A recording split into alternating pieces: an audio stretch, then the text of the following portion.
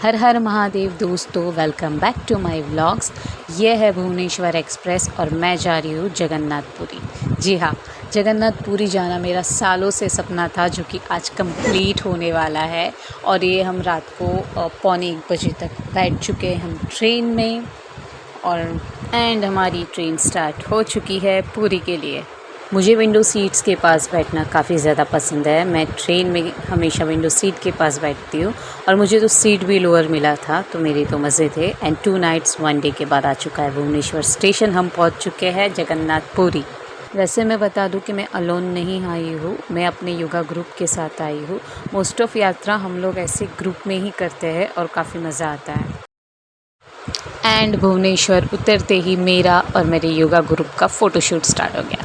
और ये ज़रूरी भी है, क्योंकि यही तो एक यादें होती है जो आप इकट्ठा करके अपने साथ लेकर जाते हो। ये हमेशा मेमोरेबल रहता है। ये भुवनेश्वर स्टेशन है और मैं उतर के तुरंत फ़ोटोशूट करने लगी हूँ। ये हमारी ट्रेन है जो कल्याण जंक्शन से हमने पकड़ी थी भुवनेश्वर के लिए। भुवनेश्वर पहुँच चुके हैं सुबह सुबह। अभी हम जाने वाले हैं अपने होटल। वैसे मैं आपको बता दूं कि हमने कार बुकिंग जो है वो मुंबई से ही करवा ली थी ऑनलाइन, और हमें कार का कॉस्ट पड़ा 10,000 में। हम 6 पर्सन थे, तो 10,000 6 पर्सन में डिवाइड हो गया, और वो हमें काफ़ी सस्ता पड़ा। और जो कार हमने बुकिंग करवाई थी वो सिर्फ जगन्नाथ मंदिर के लिए नहीं था, वो हमें जो हमारा प्लान था पूरे 4 डेज़ का जगन्नाथ में, वो प्रॉपर हमें यहाँ पे हिंदी गाने भुवनेश्वर बजते हैं। जगन्नाथ जो भी वहाँ के जो मुख्य मंदिर है वो पूरे हमें घुमाने वाले थे सिर्फ 10,000 में। तो हमें तो काफ़ी सस्ता पड़ा। और हम निकल पड़े फिर अपने होटल की तरफ नाचते गाते। एक्चुअली हम लोग यहाँ पे डांस भी कर रहे थे, पीछे गाने बज रहे थे, लेकिन मैं उसको नहीं म्यूट रखूँगी क्योंकि मुझे कॉपीराइट क्लेम लग जाएगा इसलिए। भुवनेश्वर से हमारा जो होटल था वो लगभग 4-5 किलोमीटर दूर था, और जगन्नाथपुरी हमारी होटल से 1-2 किलोमीटर की दूरी पर ही था। मतलब हमें उतना दूर भी नहीं था, नज़दीक ही था। आप इजीली वहाँ से ऑटो से भी जा सकते हो, बट हमने गाड़ी करवा ली थी तो हम गाड़ी से ट्रैवल कर रहे थे, और बहुत ज़्यादा मज़ा आ रहा है। गाइस, मैं न्यू व्लॉगर हूँ तो मुझे पता नहीं कि कॉपीराइट क्लेम कैसे हटाया जाता है। अगर आप लोगों में से किसी को पता हो तो प्लीज़ मुझे कमेंट में बताएं। और ये हम पहुंच चुके हैं हमारी होटल औरोबिंदो निवास में। होटल जो है वो हमने मुंबई से ही बुकिंग करवा लिया था ऑनलाइन। और यहाँ पे होटल की चार्जेस अगर मैं आपको कहूँ तो 500 टू 1000 रुपीज़ जैसी होटल्स आपको चाहिए उस हिसाब से कॉस्ट होते हैं होटल्स के। वैसे हमें ये पड़ा 600 पर पर्सन, तो हमने 4 डेज़ के लिए ये लिया था, तो अच्छा था। ये था होटल का प्राइस। अब बात करते हैं होटल की। ये होटल जो है हमने 2 महीना पहले बुकिंग करवा लिया था। तो हम 6 जन थे, और 6 जन में हमने 2 रूम्स बुकिंग करवाए थे। लेकिन यहाँ पे आके हमें पता चला कि जो रूम्स हमने बुकिंग करवाए थे वो रूम हमने नॉन एसी बुकिंग करवाए थे, बट जो रूम्स हमें मिले थे वो एकदम मतलब वहाँ पे विंडोज़ नहीं था, कुछ भी नहीं था, एकदम सफोकेशन हो रहा था। तो हमने उन भैया से कहा कि हमें चेंज करके दे दो, बट वो नहीं माने, और उन्होंने हमें थोड़ा सा प्रेशराइज़ करके बोले कि आप एसी वाला ले लो, एसी वाला ले लो। बट हम लोगों ने बोला कि हमें नहीं चाहिए। लेकिन वो वैसे ही हमारी थोड़ी बहस हो गई, थोड़ा आर्गुमेंट हो गया उनके साथ। फिर उन्होंने हमसे कहा कि वो हमें रूम चेंज करके दे देंगे, तो फिर हमने बोला ठीक है। फिर उन्होंने रूम चेंज करके दे दिया, वो थोड़ा सा बेटर था। लेकिन अगर आप जगन्नाथपुरी आते हो और ऑनलाइन रूम्स की होटल्स की बुकिंग करवाते हो तो प्लीज़ आप थोड़ा सा अच्छे से इन्फॉर्मेशन निकालें, और उसी के बाद आप कंफर्मेशन लेकर के आप कौन से रूम्स देने वाले हो उसी के बाद आप होटल बुकिंग करवाएं। और फिर हम चले गए मॉर्निंग का ब्रेकफास्ट करने के लिए। ये रेस्टोरेंट था हमारे होटल की 5 मिनट की दूरी पर ही था, और हम लोगों ने यहाँ पे आके देखा तो ये रेस्टोरेंट के सामने एक बड़ा सा बीच था जो कि बहुत ही सुंदर था, और इतनी तेज़ हवा वहाँ से आ रही थी कि हमें बहुत ही ज़्यादा अच्छा लगा, और हम लोगों ने यहाँ पे बहुत ज़्यादा इन्जॉय भी किया।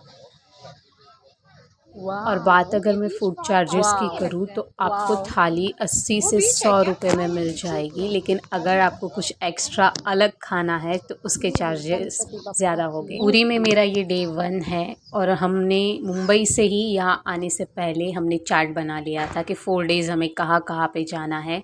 तो हमारा जो फर्स्ट डे था वो जगन्नाथ के लिए था, जो कि अभी हम आज जाने वाले हैं। और अगर आप भी कभी बाहर जाते हो किसी यात्रा पे तो पहले से ही अपना जो प्लान है वो लिख के रखिए, अच्छे से प्लान करके रखिए ताकि आगे आपको कोई दिक्कत ना हो। और उसके बाद हम चले गए होटल और मैं रेडी हो चुकी हूँ मंदिर जाने के लिए। और ये क्या, मेरी चुंदनी अटक गई। फिर मैंने ट्राई किया कि मैं पोज़ दूँ, लेकिन नहीं हुआ। फिर बाहर आके मैंने पोज़ दिया। और विष्णु धाम में मैंने हमेशा ही येलो कलर के कपड़े पहने हैं क्योंकि वो भगवान विष्णु को बहुत ज़्यादा प्रिय होते हैं।